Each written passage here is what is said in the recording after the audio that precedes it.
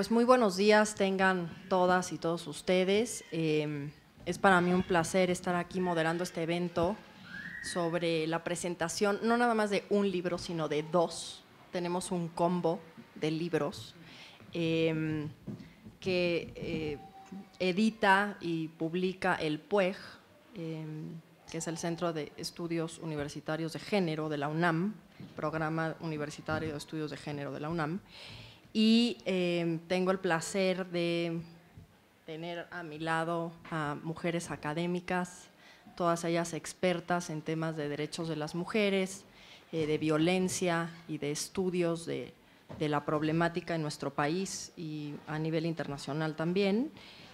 Va a comentar sobre el primero de los libros, todos ellos en venta, ¿verdad?, en este museo y también en las librerías de la UNAM. Este libro sobre violencia contra mujeres en México, que coordina Irma Saucedo González, que está aquí a nuestra derecha, y que va a darnos unas palabras de presentación Lucía Melgar, que es crítica de estudios culturales de la UNAM. Bueno, sin más preámbulo, gracias, Lucía. Bueno, agradezco mucho al Museo de la Mujer la oportunidad de presentar estos libros aquí, en particular a su directora, Patricia Galeana, la doctora Patricia Galeana, y a la maestra Lourdes Enríquez, que ha sido clave, a todas las personas que trabajan en este museo, asimismo al PUEG por la edición de estos libros. Voy a tratar de ser breve, voy a comentar este libro, Violencia contra las Mujeres en México, cuyo subtítulo es importante: ¿qué debemos conocer sobre este tema? Este libro que edita el PUEG, junto con apoyo de lo que actualmente es ONU Mujeres, es un libro que está ideado para un público amplio, en particular para estudiantes de licenciatura. La idea de este tipo de publicaciones, de esta colección que se llama Engranajes, es dar a conocer a los estudiantes universitarios de cualquier carrera, pero en particular las carreras que tienen que ver con derecho, con medicina, con trabajo social, etcétera, digamos, la perspectiva de género en relación con temas específicos, y en este caso es en relación con la violencia contra las mujeres. ¿En qué contexto estamos hablando hoy de este libro? A mí me impresiona que cada vez se vuelve más vigente este problema de la violencia contra las mujeres, en el sentido de que siempre ha existido, más recientemente se ha hablado más del tema, más recientemente se ha estudiado más, y desafortunadamente cada vez vemos cómo es un tema muy complejo en todos los niveles. Por un lado, ayer se hizo tenemos en discusión en la Suprema Corte de Justicia un fallo que no solamente afecta a las mujeres, sino que afecta a todos los ciudadanos y ciudadanas de este país, a todos los habitantes de México, y bueno, está en proceso ver si se va a respetar el debido proceso o no en este país. Que muchas mujeres conocen precisamente la falta de acceso de las mujeres a la justicia, como se va a señalar más adelante. También estamos viendo desde mi punto de vista, un embate institucional contra las mujeres desde los estados que prohíben el aborto, incluso en caso de violación, incluso cuando son niñas menores de edad, incluso cuando la vida de las niñas está en peligro, y muchos otros casos de los que podemos hablar. Pero me voy a centrar, digamos, en lo que plantea este libro, porque me parece importante ver cómo las expertas abordan este problema y decir en qué medida este libro nos sirve a todas y todos para entender mejor la situación. En los últimos años, además, sabemos que se han hecho avances legislativos, o sea, se habla mucho de la ley de igualdad, de la ley de acceso de las mujeres a una vida libre de violencia, y gracias a estas leyes, digamos que se hace más visible en los medios toda la cuestión de la violencia. Al mismo tiempo, el problema con estas leyes es que parece que si ya la ley existe ya se resolvió el asunto, y así no es, ¿no? Sabemos que las leyes necesitan dientes, necesitan operadores y todo un sistema dispuesto a resolver los problemas. Así pues, tenemos, y vuelvo a este tema, problemas muy graves todavía presentes, como el feminicidio en Ciudad Juárez o en el Estado de México y otros estados, que no se ha solucionado. tenemos violaciones de mujeres tanto en las calles de las ciudades como en los campos, en particular en zonas dominadas por el narcotráfico o el ejército y la marina. Y hay también, como dije, formas de violencia institucional que remiten, por ejemplo, a la prohibición de la interrupción legal del embarazo, pero también tienen que ver con acoso laboral, con hostigamiento, con brechas de género, etc. Bueno, ante esta situación, la dificultad de hablar de la violencia contra las mujeres en el contexto actual es que nos dicen, bueno, matan a muchas mujeres, pero mueren más hombres, ¿no? Se invisibiliza la violencia contra las mujeres. El problema no es el número, cualquier muerte de cualquier persona es grave y es intolerable que quede impune en particular. Lo que nos importa señalar es que contra las mujeres hay un tipo específico de violencia, como puede ser el feminicidio, y que además no es la única, el asesinato no es la única forma de violencia que estamos viviendo las mujeres. El principal lugar de peligro para las mujeres, desafortunadamente, sigue siendo la casa, ¿no? Hablamos de tasas de 40-60% de violencia intrafamiliar o doméstica, en términos más generales. Entonces, este libro nos va a hablar precisamente de estos temas y me parece que es un libro muy útil porque los funcionarios, tanto que tienen que ver con el derecho como los que tienen que ver con la atención a la salud, muchas veces son los que usan esos argumentos de decir, bueno, señora, usted no está tan mal, váyase a su casa, no tiene problema, ¿no? O así pasa en todas partes, entonces ¿de qué se está quejando? Entonces, no es posible, no es tolerable que los funcionarios, por ignorancia, por insensibilidad, incluyendo funcionarios y funcionarias, no le den importancia a estos asuntos, sobre todo cuando desde el propio Estado hay iniciativas que hay que recoger, como el hecho de que se invierte más dinero de nuestros impuestos que nosotras y nosotros pagamos para que haya lo que llaman la transversalización de la perspectiva de género en el gobierno, para que se capacite a los operadores de justicia o de salud, etcétera, o en la educación también. Entonces, bueno, sí ha habido avances en ese sentido, pero falta muchísimo por hacer. Y hay, desde luego, resistencias tanto en la escuela como en la casa, como en los juzgados, como en el propio gobierno. Vean justo un candidato a diputado que tuvo que, afortunadamente, dejar su candidatura porque se atrevió a decir que cualquier mujer bonita, a final de cuentas, se volvía meretriz. O sea, eso es intolerable en un país en el siglo XXI, ¿no? Bueno, entonces, por lo menos que el que lo hayan quitado quiere decir algo, ¿no? En otro momento hubieran dicho que no importaba. Bueno, entonces, lo que estamos haciendo, digamos, ¿qué se hace cuando se publica este tipo de libros? ¿Qué se hace cuando se coordina este tipo de libros? Creo que es una apuesta por la educación, es una apuesta por el conocimiento, es una apuesta por ligar a la academia con la sociedad y en particular con la universidad y con el Estado. En este sentido, digamos, en este libro hay 3 ensayos, uno de Irma Saucedo, otro de Guadalupe Guacús, aquí presente, y otro de Luciana Ramos Lira.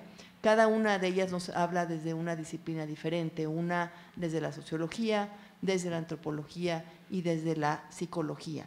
Estas 3 autoras se destacan además como académicas feministas muy activas, muy comprometidas y conscientes de la necesidad de enlazar los trabajos de la academia con la sociedad.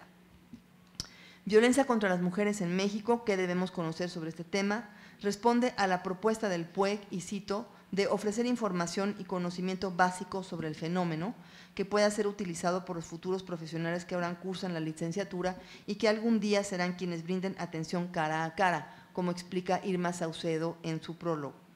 Es también una introducción al tema que rebasa lo descriptivo o fáctico y ofrece de manera clara y un acercamiento teórico, ¿no?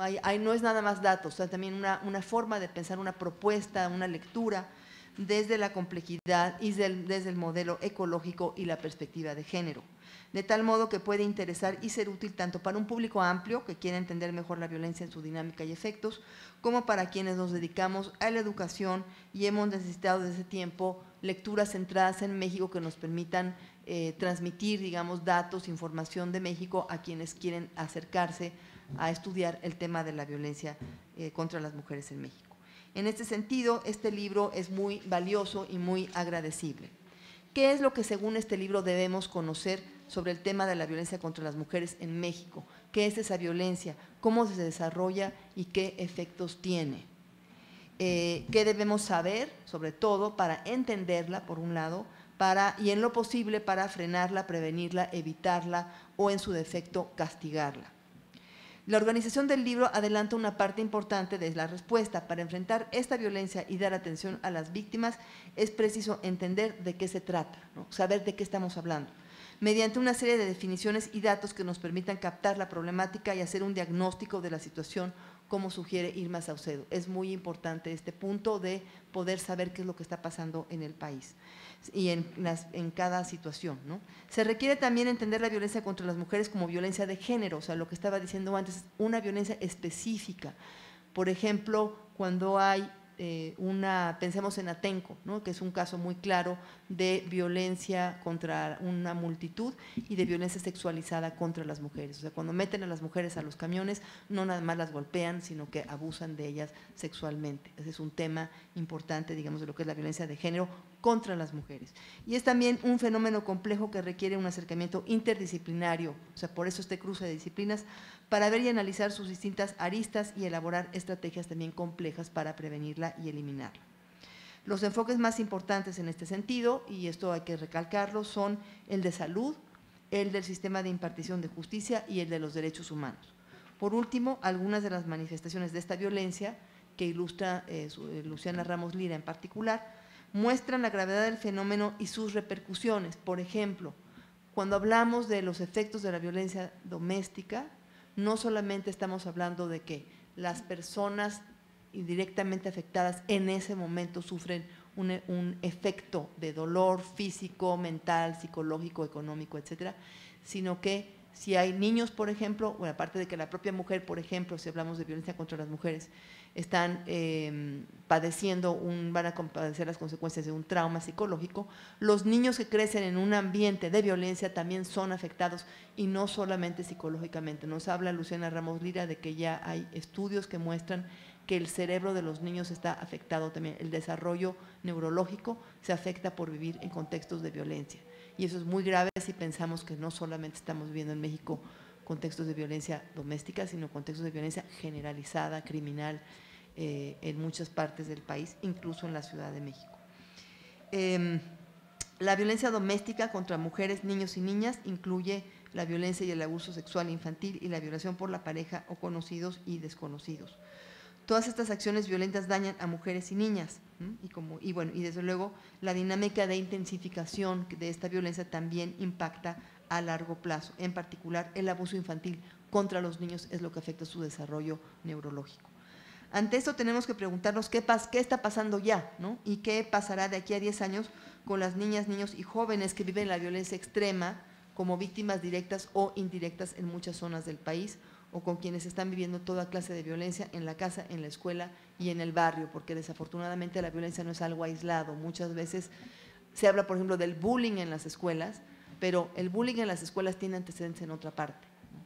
O sea, o el niño es discriminado, o el niño es abusado, o el niño ve violencia y normaliza la violencia, o está afectado por la violencia de su barrio también. Hay que hablar entonces de cuál es el origen de la agresividad de los niños y de los jóvenes, no nada más echarles la culpa de que ellos son violentos. No hay que criminalizar a los jóvenes como se está haciendo actualmente. Y igual, en ese sentido, medidas como lo de mochila segura pues son insuficientes o inútiles en un sentido también. Lo que hay que ver, parece, es, en base a lo que plantea este libro y en mi opinión, es que mientras no se vea como parte de una estructura social en la que están imbricados, interrelacionados varios niveles, no habrá solución integral real al problema de la violencia en la escuela, en el barrio, en el trabajo, la familia o la sociedad. Además de ofrecer un conjunto de conceptualizaciones complejas, este libro reúne datos muy significativos para conocer y enfrentar el problema. ¿Cómo se sabe que, por ejemplo, cuando se sabe que 1 de cada 2 mujeres han sido violentadas por su pareja, o que persisten los feminicidios, cuando se observa una alta incidencia de violencia sexual contra niños y niñas en la casa y en la escuela, o cuando se documenta que los médicos legistas y ministerios públicos revictimizan a las mujeres que han vivido violencia machista en casa o en el espacio público en un marco general de impunidad de la violencia y del delito, se comprende mejor la magnitud del problema y la necesidad de exigir políticas públicas que respondan a esas violencias y a los efectos que éstas tienen. También es sugerente y útil el recorrido que hace Guadalupe Guacuz en particular por los diversos acercamientos académicos, legales, nacionales e internacionales, desde los movimientos de mujeres y feministas, y que han desarrollado sobre todo en los últimos 20 años. Por un lado, esto ha permitido que se elabore mejor, que tengamos un pensamiento de conceptualización de género en el ámbito académico más sofisticado y se conocen mejor las implicaciones de la violencia de género. Por otro lado, se han dado significativos avances en la legislación internacional desde la Convención de Derechos Humanos del 93, la Convención Interamericana de Derechos Humanos del 94, conocida como Belém do Pará, la Conferencia de Beijing y sus sucesivas reuniones, y en la implementación y trabajos de la CEDAW. Este tipo de legislación internacional es lo que ha permitido que haya sentencias, por ejemplo, contra el Estado mexicano, por el caso del campo algodonero, por el caso de las mujeres indígenas violadas por militares a las que no se ha hecho justicia. O sea, porque existen estos instrumentos y porque se puede recurrir a ellos, es posible tener este juicio internacional cuando en México no se encuentra la justicia. Pero también lo que se está buscando es que esos instrumentos aterricen en la legislación nacional para que nosotras podamos recurrir a ello. Y sin duda mis colegas hablarán más adelante de este tema. Es sin duda muy impactante la lista de instrumentos que se enumeran y resulta estimulante por una parte y deprimente por otra. Estimulante porque leyes, convenios, convenciones y pactos a nivel nacional e internacional sobre todo implican un reconocimiento de la gravedad del problema y de la necesidad de tomar medidas para resolverlo. Deprimente porque pese a esos acuerdos y documentos, producto del trabajo y reflexión y reivindicaciones de muchas mujeres, individuos y grupos, la violencia de género sigue ahí, lo mismo que el dinosaurio del cuento, y ya sabemos que no va a desaparecer por arte de magia. No obstante, si confiamos en el conocimiento, como estamos haciendo como punto de partida, y en la toma de conciencia como un primer paso, los 3 ensayos aquí reunidos marcan algunas pautas a seguir. Si este libro llega a quienes elaboran planes de estudio y les incitan a ponerlos al día en vista de las necesidades actuales, si lo leen estudiantes de carreras relacionadas con la atención a víctimas de violencia y les sirve para entender mejor el problema y adoptar actitudes sensibles a la perspectiva de género, si lo usan docentes en cursos de la capacitación, si a los funcionarios encargados de la justicia, la salud pública y la prevención de la violencia y la discriminación les permite o les permitiera cuestionar sus propios prejuicios y modificar su conducta y actitud para ser verdaderos servidores públicos y funcionarios capaces de entender y ayudar a quienes requieren justicia, salud, respeto y reparación del daño, si algo de eso sucede, tal vez se transforme la indefensión actual de muchas víctimas y muchas mujeres y niñas desaprendan la desesperanza y se apoderen, como señala Irma Saucedo, o sea, tengan el poder de decir, voy a buscar, tengo derechos, voy a defenderlos, tengo por lo menos la conciencia de tener derechos, ya es un primer paso.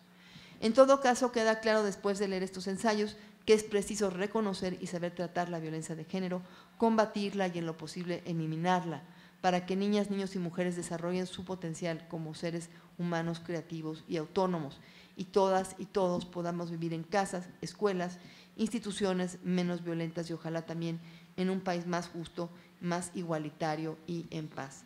Para cerrar, solo quiero felicitar a Irma Saucedo, Guadalupe Huacús y Luciana Ramos Lira por la publicación de este ensayo. Muchas gracias.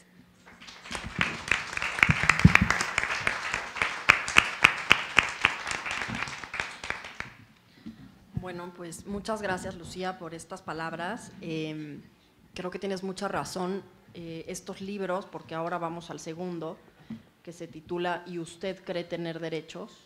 Acceso de las mujeres mexicanas a la justicia, que tú coordinas junto con Irma y también publica el PUEG, tienen además de esta función educativa, visibilizar la problemática, ¿verdad? O sea, como tú bien nos contabas, hay que entender de qué se trata el tema.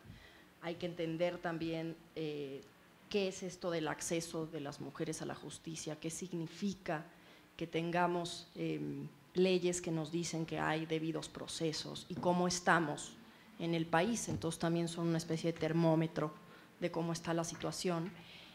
Yo me acuerdo que cuando se estaba cocinando este libro, uno de los títulos que se pensaba era Del cielo al infierno, ¿no? El acceso a la justicia de las mujeres en México, y es un poco porque, como nos darán cuenta Lourdes Enríquez y Claudia Domínguez, este libro es bastante tormentoso, ¿no? Habla como de lo inhóspito que es para las mujeres todavía ir a tocar las puertas de los tribunales, ir al Ministerio Público y cómo nos enfrentamos pues, a una franca impunidad, finalmente.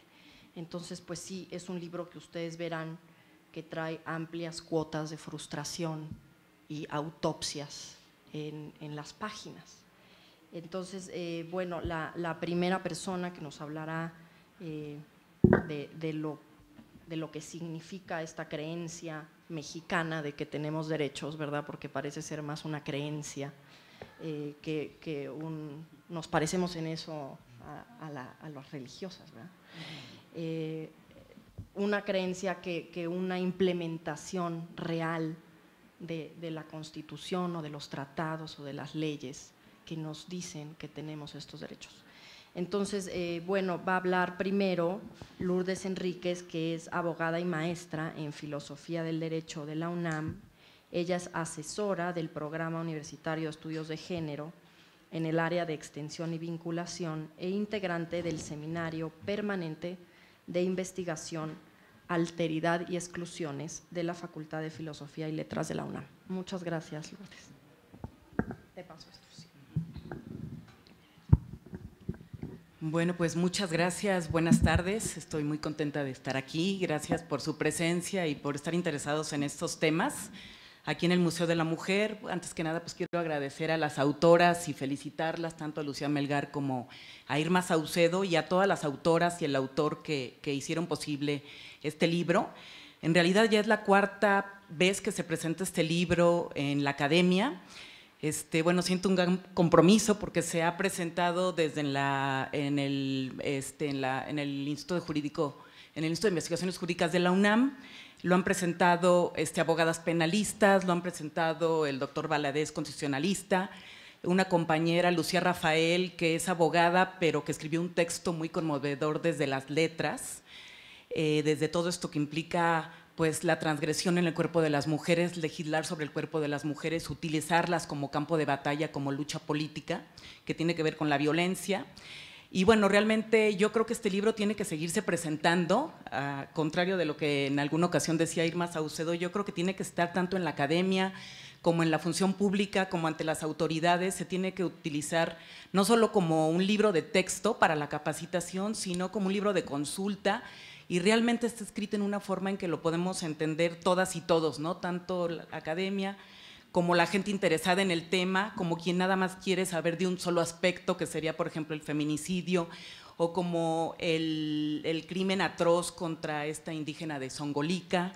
O sea, realmente es un libro que les recomiendo mucho que lean, que queremos aquí entusiasmarlos a que lo adquieran y que se lo apropien, ¿sí? Quienes enseñan este tipo de temáticas, que lo hagan suyo y que vean en un primer momento, tenemos que hacer una disección. O sea, yo lo que quiero recalcar es que es un libro que toca el tema de una manera transversal.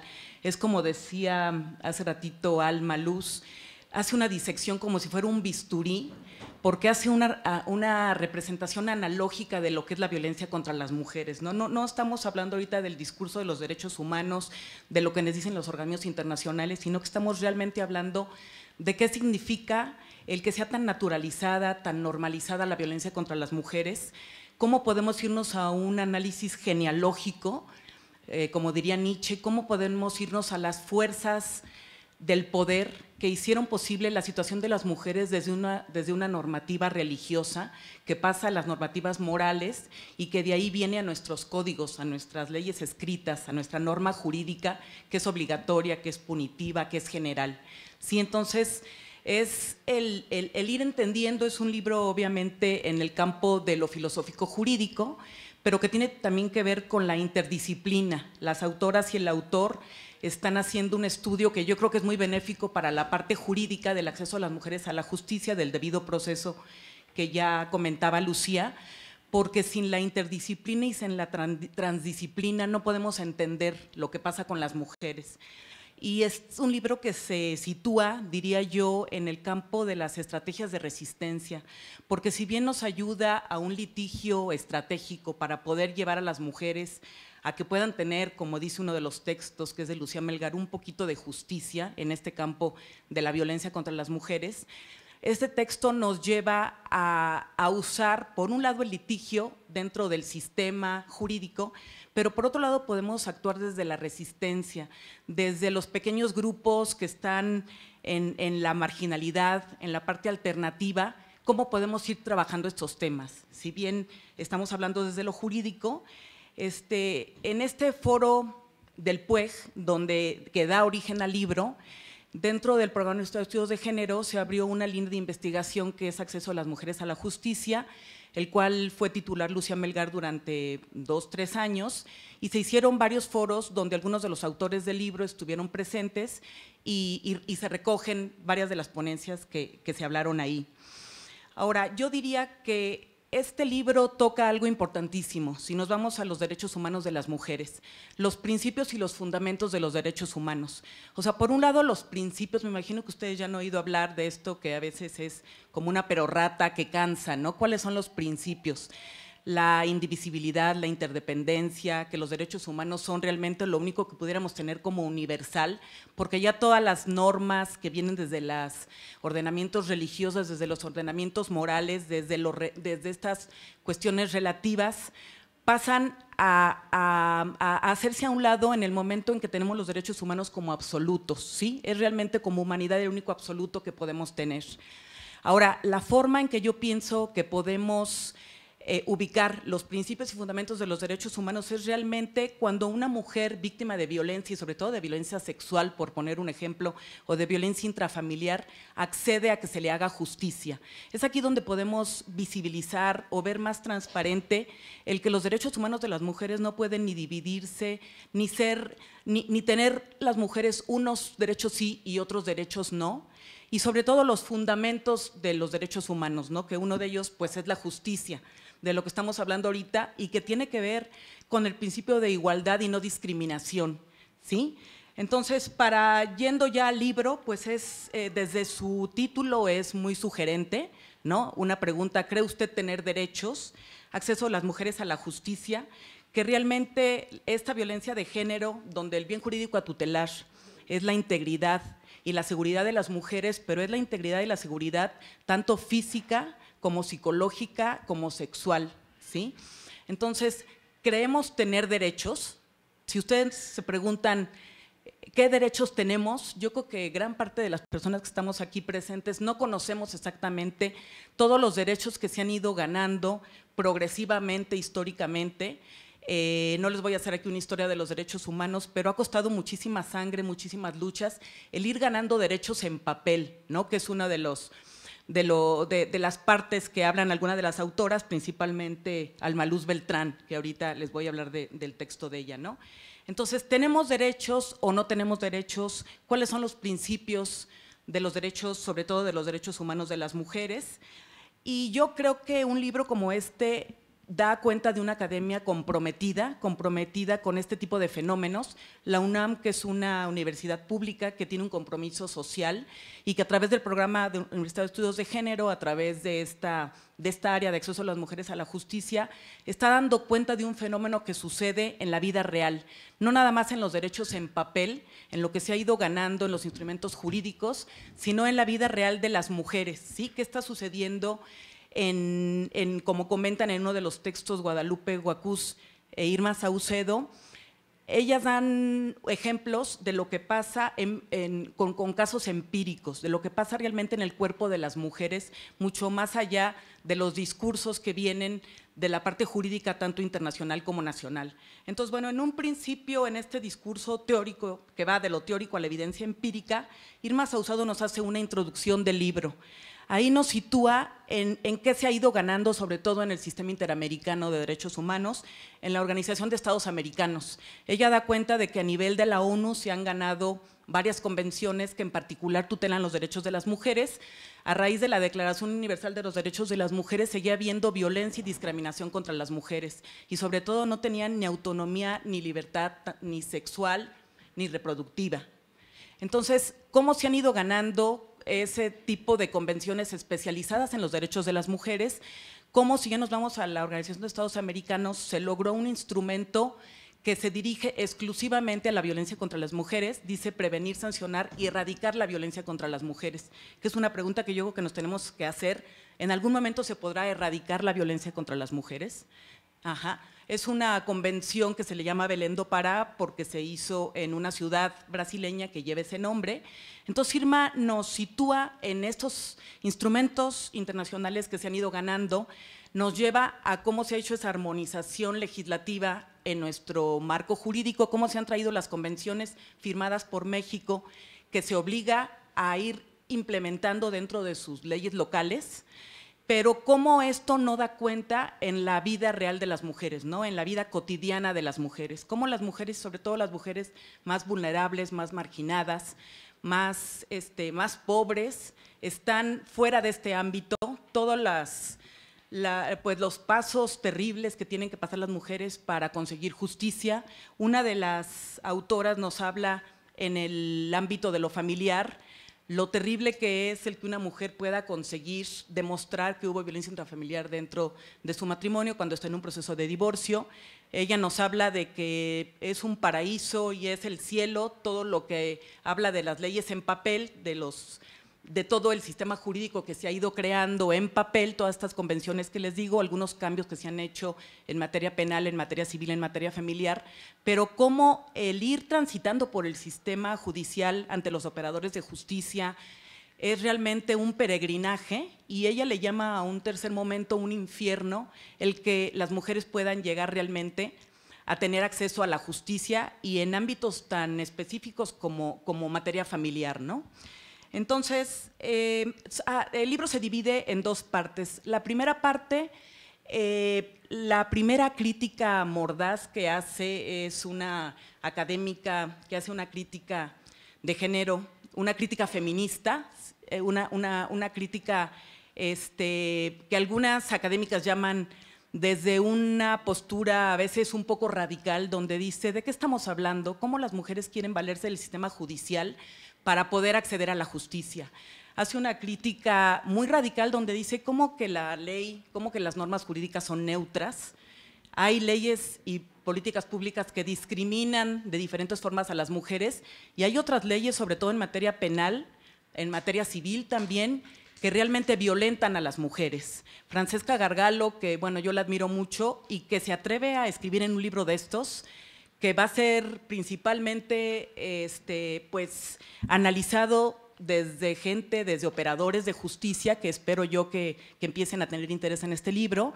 Entonces, en un primer momento es una crítica muy radical, que yo creo que es válida, que es legítima y que desde ahí debemos verlo, ¿no? Ella dice, ¿cómo que ciudadanía de las mujeres? Las mujeres, el paradigma ha sido un sujeto masculino y no podemos entrar al sistema de justicia desde nosotras. Hay que deconstruir, hay que hacer algo nuevo.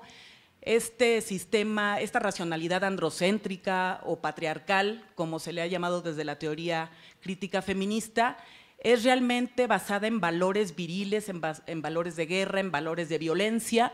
Tenemos que deshacer eso para hacer algo nuevo, ¿no? Es una premisa que trata Francesca. Un segundo texto que también les recomiendo muchísimo es ya de una abogada, es de Alma Luz Beltrán, que está aquí con nosotros acompañándonos. Ella realmente entra a un análisis muy profundo. Ella lo que dice es que las sentencias que ha dictado la Suprema Corte de Justicia de la Nación, que jerárquicamente es el tribunal más importante que tenemos en México, puede dar cuenta de la situación de las mujeres.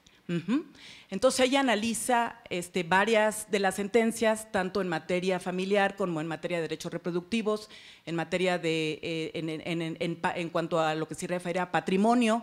Ella habla de seguridad e integridad de las mujeres, que tiene que ver con la violencia de género, y nos dice, hay argumentaciones y hay sentencias muy valiosas que tenemos que ir recogiendo, y yo aquí, si lo veo esto desde el punto de vista de Francesca Gargalo, diría, podemos utilizar estrategias de resistencia jurídica para irnos apropiando de esas sentencias, de esos argumentos, de esas reflexiones que se han logrado que lleven a cabo los ministros y ministras de la Suprema Corte, y podemos ir empezando a litigar y a tomarlas en cuenta para ir obligando al Estado a resolver este tipo de cuestiones. Y bueno, Alma Luz nos hace hincapié en que la Corte Interamericana de Derechos Humanos ha tenido varias resoluciones importantes. Y bueno, algo importante es que es un organismo americano de la Organización de Estados Americanos y que yo creo que ha tenido la sensibilidad para poder ver la condición de las mujeres en nuestra región. Y obviamente pues que está muy influida por la religión judeocristiana, por la situación de las mujeres desde los textos religiosos y por esta moral que aunque nos digamos que no somos religiosos, seguimos viviendo dentro de esta moral donde la sexualidad de las mujeres es tan señalada, donde la cultura es sexonegativa, donde yo haría aquí muy presente un texto que a mí me impresionó mucho cuando empecé a estudiar estas cuestiones de la antropóloga Marcela Lagarde, donde decía las mujeres solo pueden estar dentro de 5 cautiverios. Uno es la madre esposa, ¿no? Que es lo aceptado, lo moralmente aceptado. Otro es la mujer, la sexoservidora, ¿no? La que está en el otro extremo. ¿Sí? Si nos vemos a los símbolos que nos pone la religión judeocristiana es la no mácula, ¿no? La virginidad, el símbolo de lo inmaculado, de lo casto y honesto, que tiene que ver mucho con nuestro Código Penal. Por otro lado, Marcela Lagarde nos dice las mujeres que están presas, privadas de su libertad, o las mujeres que se van al convento, como hizo Sor Juana, ¿no? Que ella, para poder estudiar, para no estar dentro del mundo, pues se fue a un ámbito donde podía estudiar, donde podía ejercer otro tipo echar mano de otro tipo de herramientas, ¿no? Para poder sobrevivir. Y por último, quien no cumple cualquiera de estos 4 está loca. Entonces, realmente la crítica feminista está transgrediendo. Por eso es un término despectivo el que se le da a quienes nos dedicamos a este tipo de cuestiones, ¿no? Desde la transgresión estar criticando tanto al sistema patriarcal, al sistema androcéntrico, o como diría un filósofo muy connotado, a un sistema falogocéntrico, ¿no? Que es un logos masculino, como les decía, que tiene valores viriles a la base y que es desde la violencia, desde la subordinación, desde la esclavitud, desde la servidumbre voluntaria, que tiene que ver con el trabajo remunerado y no remunerado, todo el trabajo de crianza, el trabajo doméstico. Alma Luz nos habla también de este tipo de conceptos que han tomado el Poder Judicial, donde le da ya un valor monetario a todo este trabajo invisible que hacen las mujeres, que solamente se hace visible cuando no lo hacemos. Y bueno, un tercer texto también muy importante y muy conmovedor y muy fuerte, porque a medida que van leyendo este libro, realmente, como decía Alma Luz, es muy fuerte, en algunas partes es muy desesperanzador. Como dice Irma Saucedo en una de las partes, es la institucionalidad de la desesperanza, ¿no? Donde sentimos que no hay salida, que es realmente un panorama negro, oscuro, pero bueno, tenemos que ir y por algo estamos aquí, ¿no? Estamos platicando sobre el tema, estamos haciendo análisis alternos a lo académico, estamos haciendo espacios como estos donde podemos hablar libremente y bueno, ya voy a terminar para dar espacio a que haya preguntas. Y bueno, entonces Lucía Melgar habla de feminicidio, que también les recomiendo muchísimo ese texto. Después, en un cuarto texto, un compañero que a mí me sorprendió muchísimo cómo trata el tema de esta indígena que fue violada multitudinariamente por militares y que por decreto presidencial dijeron que murió de gastritis. ¿Cómo hace él una ubicación de todo esto? Habla pues de cómo se utiliza la violencia en el cuerpo de las mujeres, el cuerpo de las mujeres como botín de guerra y como una forma de violentar al enemigo a través del cuerpo de las mujeres, ¿no? Como cuerpos de desecho, como cuerpos que no valen, como cuerpos que pueden ser instrumentalizados y vulnerados para esto.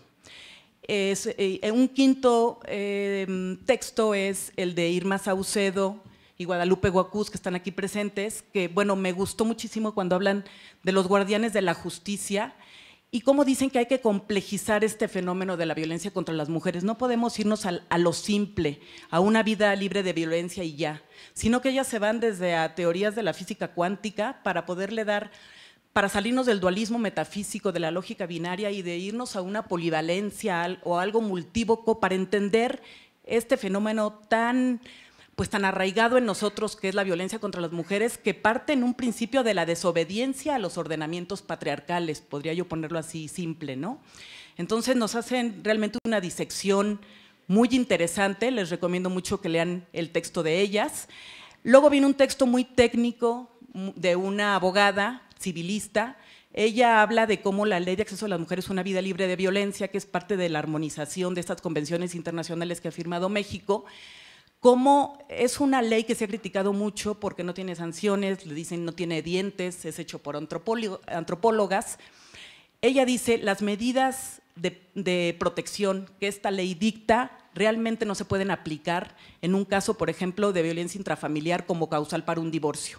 Ella también habla de la compensación por equidad, de esto que les decía, que se le da un valor a todo el trabajo doméstico, al trabajo de crianza, y ella también habla de que fue una muy buena decisión el que la Asamblea del DF votara por el divorcio incausado, porque realmente todas las causales de divorcio lo que provocaban era violencia familiar, violencia intrafamiliar, y las causales eran imposibles de poderlas documentar, de poderlas realmente probar. Entonces fue muy acertado el que en el DF es en el único lugar donde está el divorcio incausado. Entonces pueden aprender un poco de esto si leen el texto de ella. Y por último, algo que a mí me conmovió muchísimo y que bueno, me siento incapaz de poder analizarlo más allá de unas 5 lecturas, es la violencia sexual, pero el tratamiento psicológico de estas mujeres que sufren este tipo de traumas. Entonces hay una doctora psiquiatra que trata todo el síndrome postraumático de las mujeres víctimas de violencia sexual, el cómo las vuelven a victimizar en el Ministerio Público cuando van a hacer sus denuncias, el por qué las mujeres no denuncian, y toda la estigmatización y todo los juicios morales que hace la sociedad contra las mujeres que sufren este tipo de delitos, diciendo que o ellas lo provocaron o las revictimizan cuando van a hacer su denuncia, ¿no? Realmente es un problema pues muy, muy complicado y es uno de los capítulos más conmovedores de este libro que, bueno, los invito y las invito a que lo lean, a que lo divulguen, a que lo platiquen y a que lo hagan suyo. Gracias.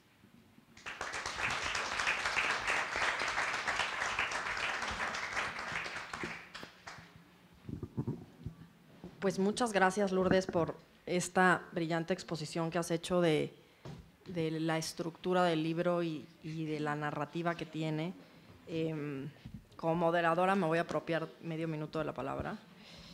Yo quisiera completar algo que tú dices y que me parece muy, muy importante del libro. Finalmente, este libro también tiene un mensaje optimista para que no nos quedemos con todo el paisaje desolador que es y frustrante de la impunidad que vivimos en este país y sobre todo las mujeres, que es la creencia de que la justicia existe y de que yo creo que todas las que estamos aquí, todos seguimos creyendo en este ideal, en esta noción de que hay justicia. ¿Ah?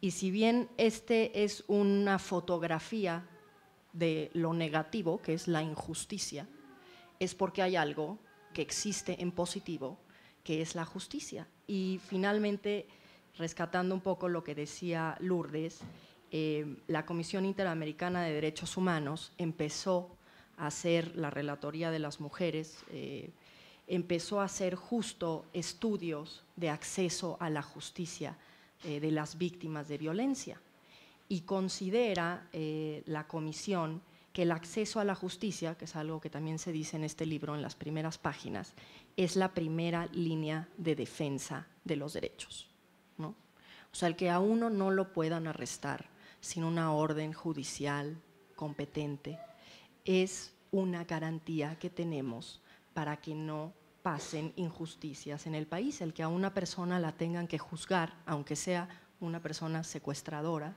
¿no? Porque los malos también tienen derechos, ¿no? El que haya procedimientos que las autoridades tienen que seguir para decidir si nos quitan nuestros bienes, nos privan de la vida, nos encarcelan, es una línea importante de defensa y creo que eso es algo que rescata este libro. Y otro rescate importante, que es algo de lo que decía Lourdes también, es que este libro es un grito de ciudadanía.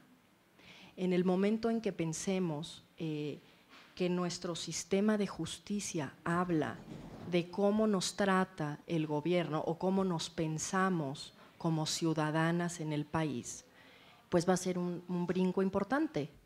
Yo que estudié Derecho, me ha costado entender qué significa defender mis derechos como ciudadana, ¿no? ¿Qué significa el que a las mujeres los tiren en los campos, no investiguen las muertes y sigamos en un franco clima de impunidad? Pues que simplemente no nos están viendo como las ciudadanas que somos en este país. Entonces, esas dos ideas me interesa mucho rescatar del libro, porque sí hay una lectura en positivo de cómo podemos rescatar nuestro sistema para demandar de mejor manera que se nos haga esa creencia espiritual que tenemos todas en este cuarto, que es la creencia en la justicia, ¿no?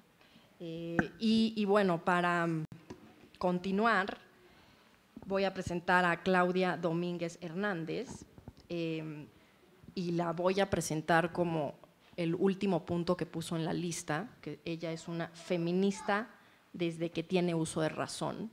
Esto me parece muy importante. Yo también lo soy desde que tengo uso de razón. Es abogada y maestra en Derecho Penal en la UNAM, es profesora investigadora en la Academia de Derecho en la Universidad Autónoma de la Ciudad de México, fue directora de las Unidades de Atención y Prevención de la Violencia Familiar y de los Institutos de las Mujeres Delegacionales en el Distrito Federal.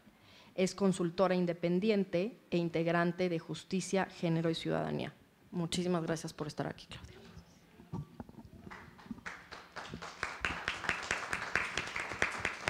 Pues muchísimas gracias a todos y a todas las que estamos aquí después de los múltiples réplicas de los temblores. Incluso hoy nos quería la naturaleza bloquear esta presentación, pero es más fuerte la fuerza de estas mujeres. Quizá por eso está temblando, porque estamos presentando ¿Y usted cree tener derechos? Agradezco antes que nada a Irma Saucedo la invitación, el vínculo para estar reflexionando en este momento con ustedes. Bueno, Lucía Melgar, que por fin nos conocimos, Guadalupe Guacús, la oportunidad de estar aquí, a compartir el espacio con Lourdes, con Alma. Realmente es un reto, porque como comentó Lourdes, el libro se ha presentado ya en varios espacios de carácter académico, con excelentes presentaciones, de tal forma que además cerrar este momento para mí es, además de emocionante, resulta ser un gran reto. Y pues bueno, escribí algunas líneas para no divagar, porque acostumbro a hacerlo. ¿Y usted cree tener derechos, acceso a la justicia de las mujeres mexicanas? Es un texto que devela una realidad dolorosa, como nos comentó hace un momento Alma, tormentosa. Como lo comenta una de las autoras, es un infierno, que da cuenta de la impunidad y corrupción que prevalece en el sistema de justicia en nuestro país, de su androcentrismo, sexismo, misoginia, machismo y, como dijera Alda Facio, donde prevalece en un sistema de justicia quinope. Quinope, para Alda Facio, que nos lo define, es la imposibilidad de ver a las mujeres o imposibilidad de aceptar la existencia autónoma de personas del sexo mujer. Las violencias contra las mujeres narradas por las autoras sin que el Estado brinde un poquito de justicia, como claramente señala Lucía Melgar, me hicieron pensar y sentir tantas emociones encontradas en torno a la ciencia jurídica, el derecho, sus intérpretes, administradores e impartidores de justicia, guardianes de la justicia, como los llaman Irma Saucedo y Guadalupe Guacús, profesores, estudiantes incluso en los legisladores. Es más, hasta me hizo pensar en los llamados coyotes que se apostan en las afueras de los tribunales esperando encontrar un cliente desesperado que tenga que vérselas con la justicia para abordarlo y ofrecerle sus servicios. Me refiero a ellos en lenguaje masculino, para referirme a esos temas y a esos actores, porque masculino es su origen con el cual muchas no nos sentimos identificadas, más aún cuando esos actores forman parte de una estructura hecha para perpetuar la supremacía del poder masculino sobre las mujeres. Los contenidos de cada apartado me dan muchos y varios elementos para sostener que el patriarcado no ha muerto. Al terminar de leer el libro, me quedé pasmada con un sentimiento de impotencia y de rabia. Había creído por un momento en mi vida que conocía las maniobras del sistema patriarcal para permanecer, como lo señala María Izquierdo, encapsulado mientras las feministas continuamos luchando por exigir y defender los derechos de las mujeres, nuestros derechos.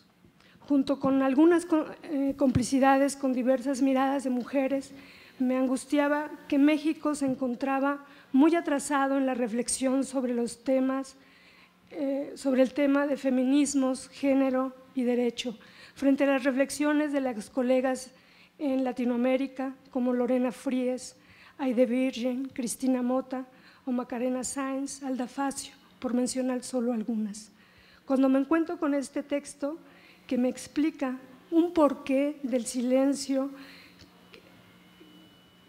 que ahogó de manera estremecedora el hecho de que se arrastrara la pluma y se comenzara a identificar la desesperanza aprendida socialmente, término propuesto por Irma Saucedo, y cito, para mostrar que el problema de desestructuración de la violencia está asociado a los comportamientos de las víctimas, pero de manera más acuciosa al comportamiento de los operadores de los servicios del Estado mexicano que responden de manera similar a las mujeres maltratadas, no haciendo uso de sus recursos y conocimientos ante la corrupción y la ineficiencia, porque consideran que nada de lo que hagan cambiará la situación. ¿Cómo poder atreverse a describir el colapso que mantiene en crisis al sistema de justicia en México sin invisibilizar de nuevo a las mujeres como sujeto mujer, tal como existe el sujeto hombre, sujeto de derecho? Lucía Melgar se atreve de manera contundente al exponer los feminicidios en Ciudad Juárez. Se pregunta, y cito, ¿qué significa vivir en un país donde solo el 1% de los crímenes se castiga? ¿Qué significa vivir en una ciudad donde se mata a mujeres y niñas con saña y total impunidad?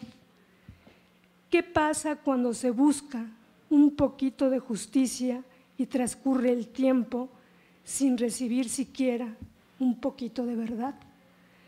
Iván González Márquez, que hace una profunda reflexión sobre cómo el Estado reprime la organización de los pueblos indígenas en nuestro país, y en una de sus citas señala que los ataques contra las mujeres mayores en Zongolica se explican porque los soldados saben muy bien lo que significa una mujer mayor para las comunidades indígenas. Ellas simbólicamente representan no solo la autoridad, también la tradición, la fuerza moral, son las madres de todos. Los miembros del ejército mexicano lo saben porque lo aprenden bien de sus entrenamientos militares, en sus aprendizajes de guerra de baja intensidad contra las comunidades indígenas. Atacándolas, están enviando un mensaje claro a los pueblos indios, sublevados y a los inconformes del país. Esta es una guerra, la cual Ernestina Ascensión enfrentó sola en la sierra.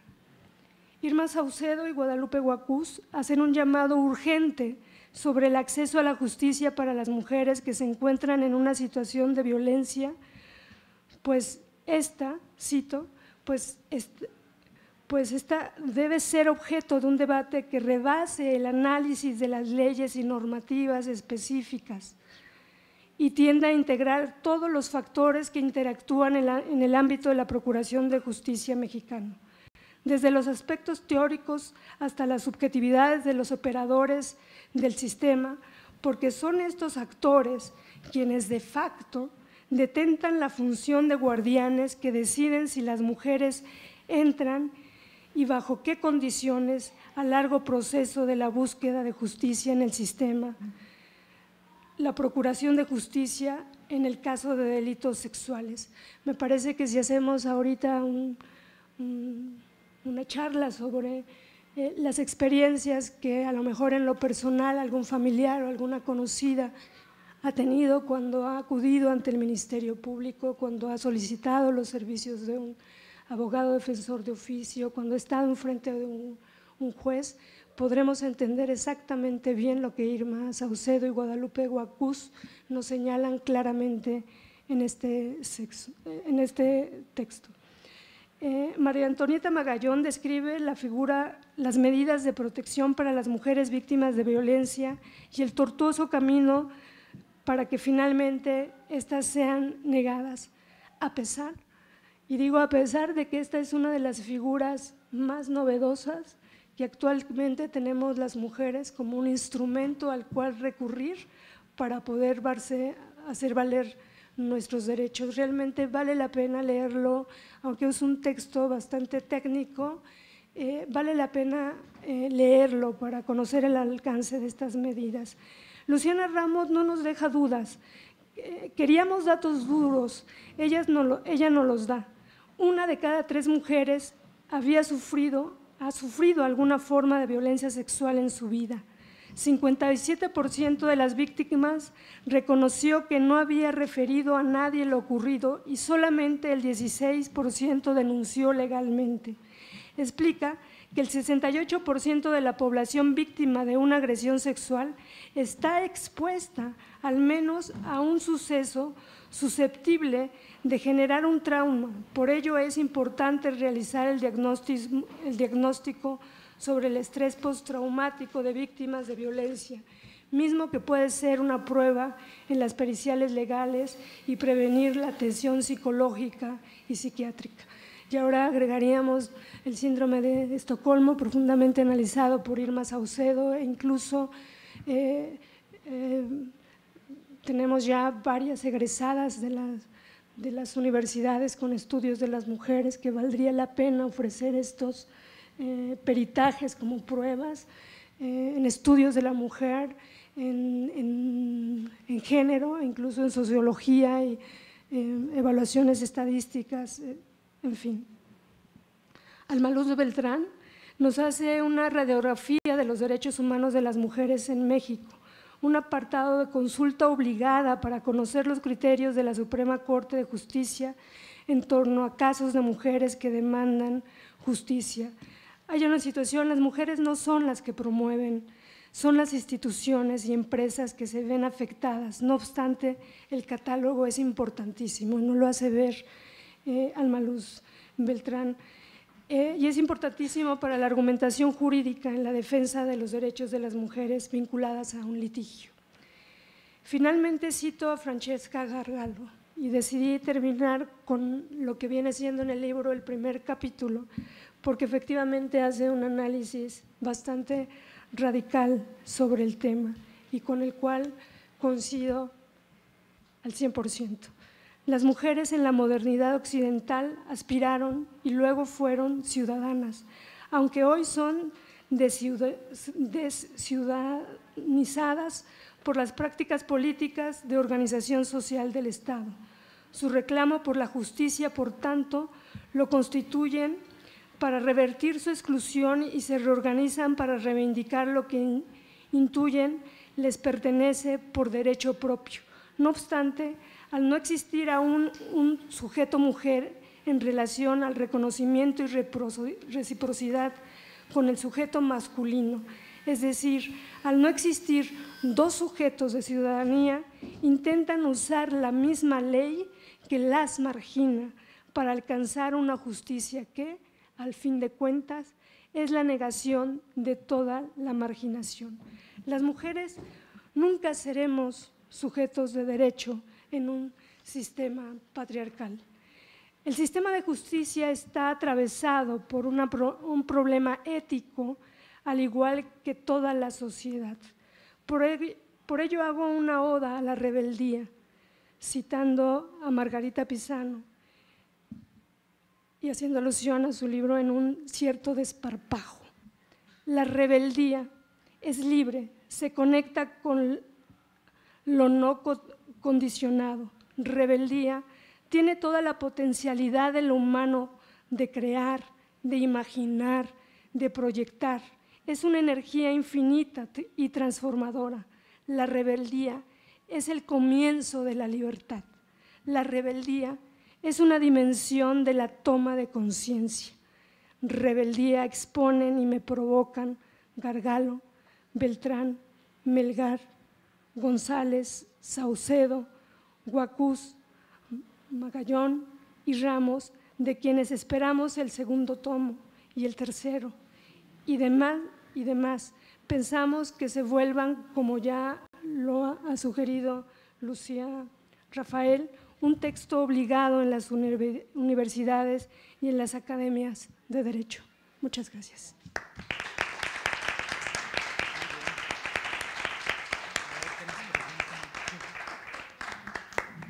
Pues muchas gracias, Claudia. Y vamos a pasar ahora a las preguntas del público. Si alguien tiene alguna pregunta o comentario, también se aceptan los comentarios.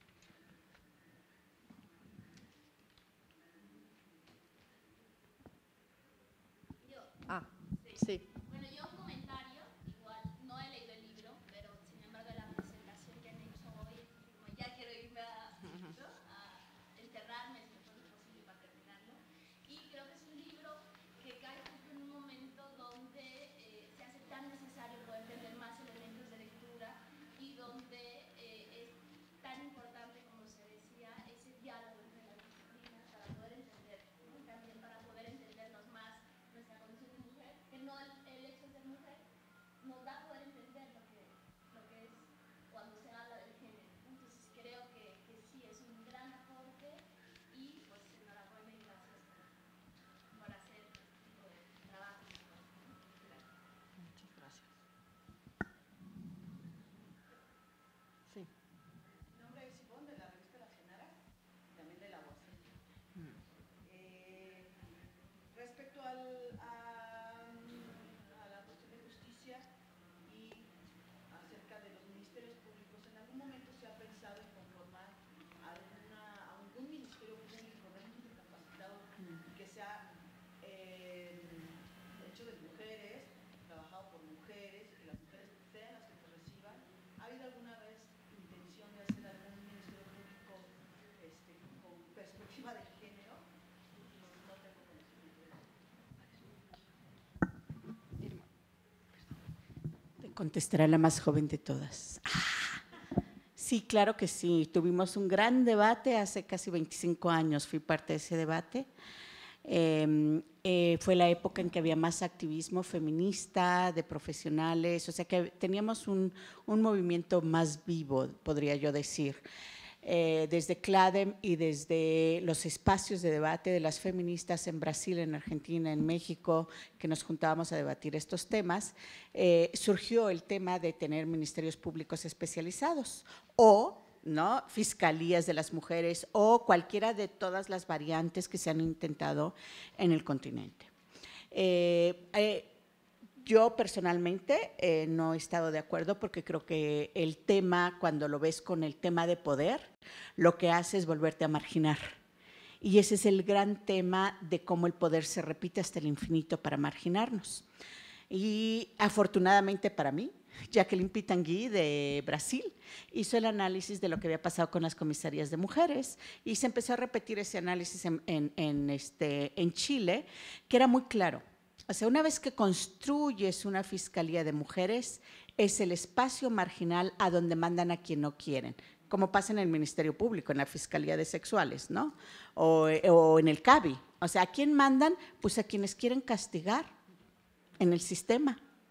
Les dan, los maltratan, les dan menos prestigio y todo el sistema, es decir, por ejemplo, las policías en Brasil te decían, yo no quiero estar en la fiscalía, en el espacio de mujeres. Y les preguntaban por qué, dice, tengo menos prestigio, no me tratan bien los colegas, es decir, yo como profesional en este espacio no puedo tener lo que me merezco de reconocimiento porque estoy atendiendo solo mujeres.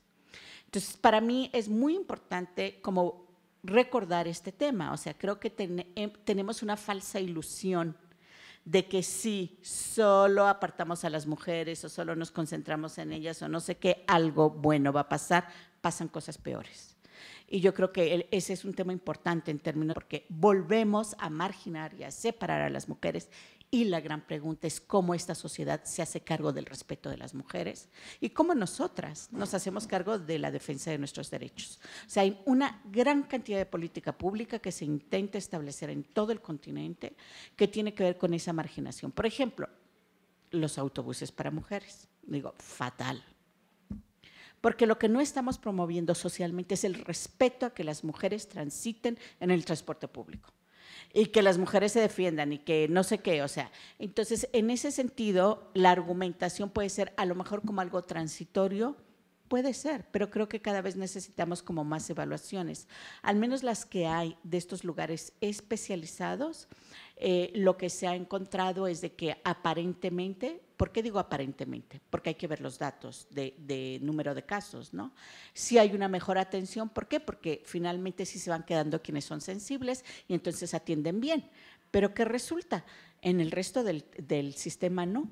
Y las mujeres no pueden ir. O sea, la experiencia que tuvimos supervisando las agencias especializadas en delitos sexuales cuando se crearon aquí en México, que íbamos a cualquiera, no les puedo contar las cosas terribles que pasaran, pero peor es en una misma delegación si no ibas a la agencia especializada. Ya ningún ministerio público te levantaba la denuncia, te hacían irte a la agencia especializada.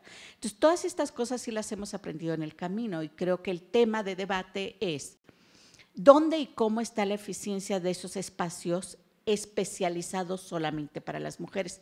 Creo que hay un gran debate al respecto y creo que no parece ser hasta ahora en el continente, eso sí lo puedo decir, ¿no?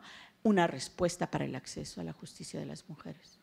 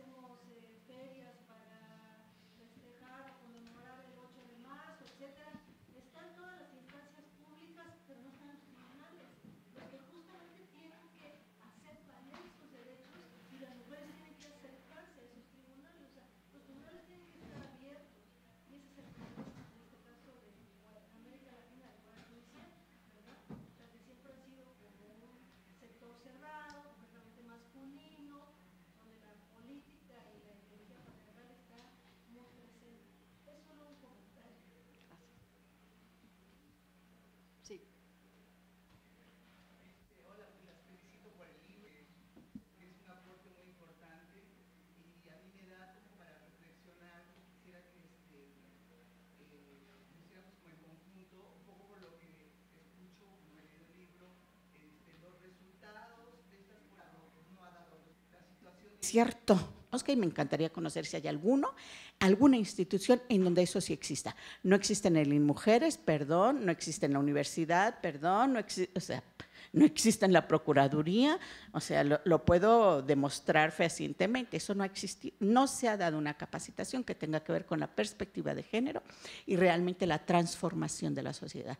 Son 3 puntos que me parece que nos pueden llevar para muchísimos lados, pero el central que yo diría es, los cambios sociales no pasan de una vez y para siempre, como diría Santo Foucault, ni con la revolución mañana a las 4 de la tarde, ni con no sé qué muchas de… Desafortunadamente, para quienes queríamos un mundo nuevo ya, es un largo proceso. Y hay que irle apostando a aquellos espacios donde el poder de desestructuración es potente. Yo sigo considerando que el poder de desestructuración de esta mirada del poder con las diferencias de género es potente en salud, en procuración de justicia y en educación. Y creo que por ahí todavía no le hemos apostado. Yo creo que todavía es un camino por donde transitar. Brevemente, yo estoy de acuerdo con Irma en muchos sentidos y creo que en gran parte tiene que ver con lo que estás planteando, ¿no? ¿Por qué tratar de usar las mismas armas que no sirven, etcétera? Yo creo que por un lado está esa idea de la fe en que se va a poder cambiar desde adentro, ¿no? Y mucho tiene que ver, creo que con relaciones de poder. De alguna forma se mantiene esa idea de tener poder para cambiar. Yo creo más en un cambio a largo plazo, o sea, en un cambio cultural se va a dar a largo plazo, y creo que a nivel del movimiento feminista tiene que volver a ser un movimiento desde la base, o sea, no estar buscando protagonismo, no estar buscando destacar, o sea, destacar es una cosa y creo que todas y todos tenemos derecho a destacar, etcétera, sino en el sentido de el ser diputada o el ser senadora o el ser presidenta de la República o lo que ustedes quieran, nos puede llevar a tener una cuota de género adecuada, a que la brecha de género no sea tan alta en términos políticos. Pero para mí lo más importante, digamos, es que estemos transformando desde abajo. Y creo que este es un trabajo que es a largo plazo, que no es visible, que implica relaciones realmente horizontales, o sea, que las jóvenes sean las que también tomen en sus manos nuevas ideas y nuevas acciones. Y que dentro del movimiento en particular, o de los movimientos, porque no creo que hay solo uno, o dentro de los grupos feministas hay mucho trabajo de ese tipo por hacer, ¿no? De una autocrítica del movimiento y de una conexión con otros movimientos sociales. O sea, una crítica que también hay que hacer es, la base implica la diversidad también. En ese sentido, creo que si retomamos discursos de la diversidad y de la igualdad desde allí y pensando en el largo plazo, pues es más probable que pueda haber cambios. Pero obviamente eso implica, pues, no digo un trabajo invisible ni sacrificado, nada de eso, sino un trabajo persistente, ¿no? Y donde no es tan fácil acceder a recursos, no es tan fácil acceder a puestos, implica otro tipo de apuestas, ¿no? No sé si alguien más quiera añadir por allá.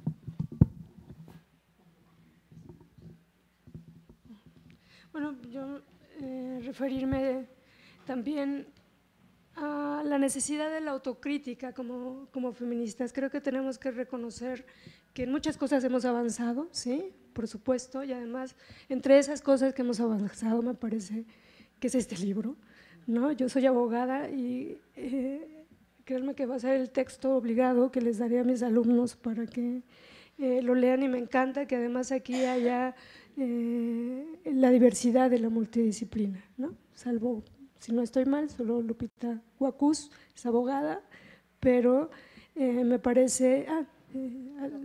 Alma, ¿no? Pero digamos esta cuestión de multidisciplinaridad nos hace mirar el mundo de lo jurídico desde otra perspectiva.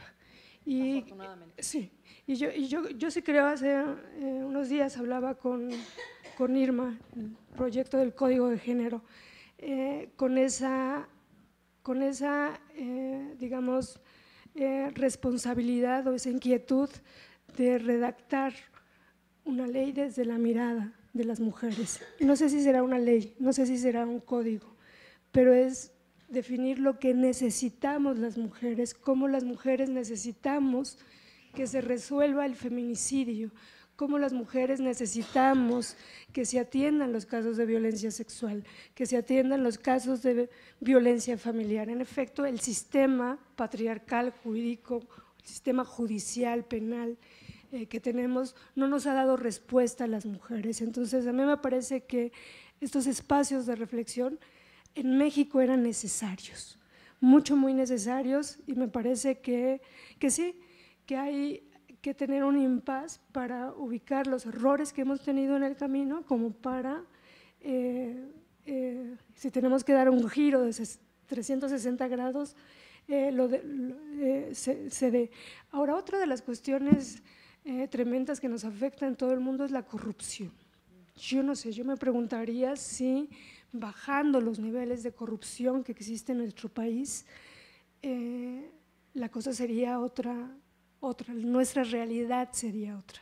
Lo que sí pienso es que mientras más mentalidades nos juntemos pensando en que queremos un mundo mejor, con una mirada nuestra, en donde no es que nos queremos que nos incluyan, sino que es una mirada nuestra, en un espacio nuestro, me parece que un mundo mejor sí es posible.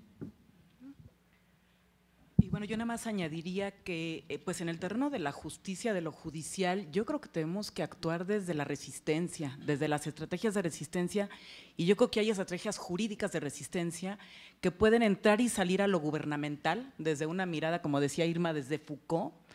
Podemos entrar y salir desde la innovación jurídica, desde ciertas estrategias que podemos ir haciendo en lo jurídico, pero yo creo que más que nada es pues ser creativas, irle buscando otras formas.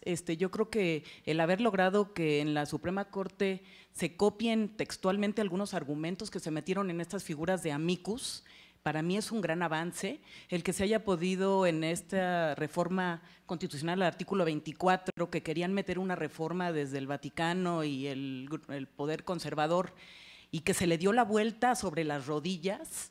Ahí en el Poder Legislativo se pudo dar otro giro a esa reforma. O sea, yo creo que son ejemplos de innovación en lo legislativo, en lo judicial, que tenemos que ir retomando y que son desde lo alternativo, desde las estrategias de resistencia, y más que nada, pues ser solidarias. Y en cuanto a acceso de las mujeres a la justicia, el poder, pues quienes somos privilegiadas, ayudar a todas estas mujeres que están en la marginalidad y que necesitan pues ayuda jurídica, ¿no? Y bueno, hago un llamado, que la idea es hacer aquí una especie de clínica que ayude en ciertas ramas del derecho a las mujeres, sobre todo en las más urgentes, ¿no? En las cuestiones penales, en cuestiones familiares.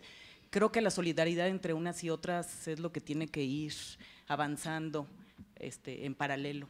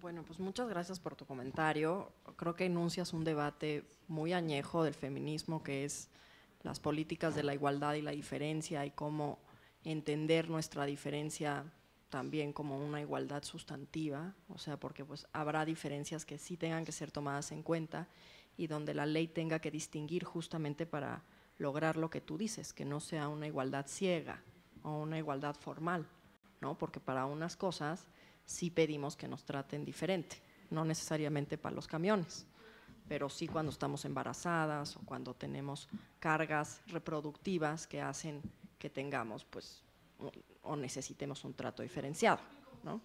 Exactamente. Entonces, bueno, este debate tan importante que mencionas sobre las políticas de la igualdad y la diferencia, pues, será tema de otro libro, ¿no?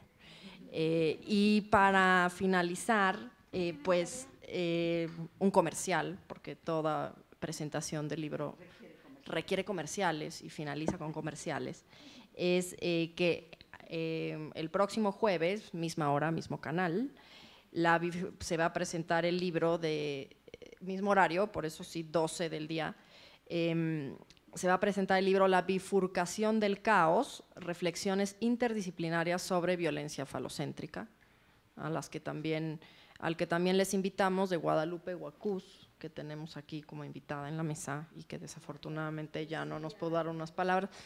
Va a estar un sínodo similar por el interés en el trabajo de los temas, así que les pedimos su asistencia.